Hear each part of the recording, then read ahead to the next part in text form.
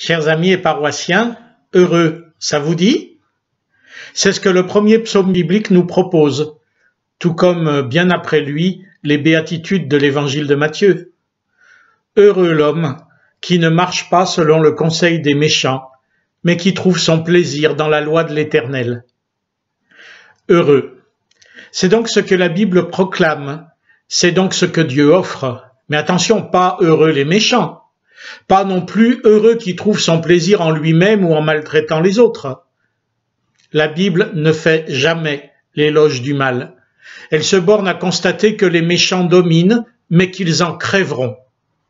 La Bible promet le bonheur, mais ce n'est pas un bonheur qui ressemblerait à ce à quoi nous aspirons. Ce n'est pas la santé, la richesse, la beauté, le pouvoir. Ce n'est pas ce que nous nous souhaitons lors du Nouvel An ou aux anniversaires. Le bonheur consiste dans la voie droite, celle de la justice, même si on y perd des plumes. Ce n'est pas de l'entêtement, mais le fait d'être accordé à ce pourquoi on est fait et d'y marcher joyeusement en sachant que Dieu nous y attend et nous y accompagne. Comment le savons-nous? Dans la loi de l'Éternel, pour le dire comme le psaume, c'est-à-dire par la parole de Dieu telle que la Bible nous permet de l'entendre, d'y entendre notre vocation, d'y entendre nos tentations et nos échecs, mais aussi comment Dieu nous rattrape au vol ou vient nous chercher au fond du trou. Nous y trouvons notre plaisir lorsque nous nous y voyons nous-mêmes, lorsque nous entendons Dieu nous dire personnellement son amour, le soin qu'il prend de nous, le chemin où il veut nous guider.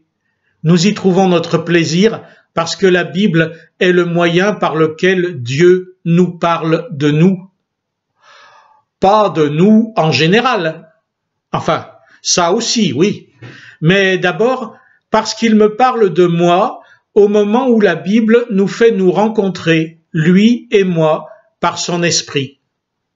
Cette rencontre personnelle produit elle-même un grand bonheur. Pour Dieu, je le crois, pour moi, je le sais.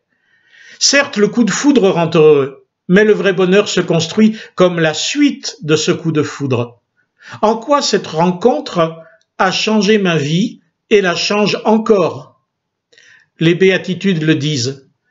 Heureux les pauvres en esprit, ceux qui pleurent, ceux qui sont doux, ceux qui ont faim et soif de justice, les miséricordieux, ceux qui ont le cœur pur, ceux qui procurent la paix, ceux qui sont persécutés à cause de la justice. Libérons-nous de ce qui rend malheureux. Laissons-nous être heureux grâce à Dieu. Bonne semaine.